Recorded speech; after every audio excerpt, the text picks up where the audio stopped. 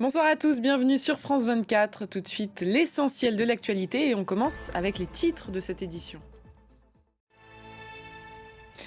Au moins 5 morts à Gaza après une distribution de nourriture qui aurait dégénéré. Le Croissant Rouge palestinien évoque une bousculade et des tirs. Et dans cette guerre à Gaza, un pays a un rôle qui questionne les États-Unis. Ils soutiennent à la fois Israël en lui fournissant des armes.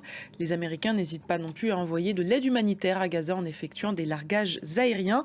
Alors, à quoi joue Washington? Élément de réponse avec Etanadji. Istanbul reviendra-t-elle aux mains de l'AKP, le parti au pouvoir? Recep Tayyip Erdogan en rêve. Il a d'ailleurs annoncé que c'était sa dernière campagne.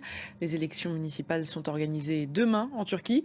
Un scrutin qui permettra notamment de juger la cote de popularité du président et de son parti.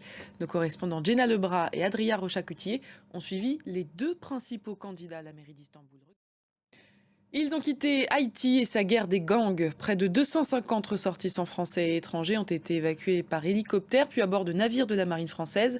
Une exfiltration sous les tirs de la milice haïtienne. Arnaud Boutet. Comment va le pape François? C'est une question que se posent de nombreux fidèles puisque depuis 2 ans, ses déplacements ont été largement réduits. Le souverain pontife est apparu affaibli ces dernières semaines et notamment tout à l'heure lorsqu'il a présidé la veillée pascale. Le récit de Valérie Lerouge.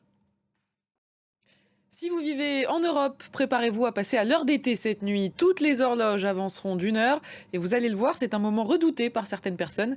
Un collectionneur allemand notamment qui doit changer l'heure sur ses plus de 350 montres et horloges. Écoutez le récit d'Héloïse Mélan. Voilà, c'est la fin de cette édition. Merci à vous de l'avoir suivi. L'information continue sur France 24.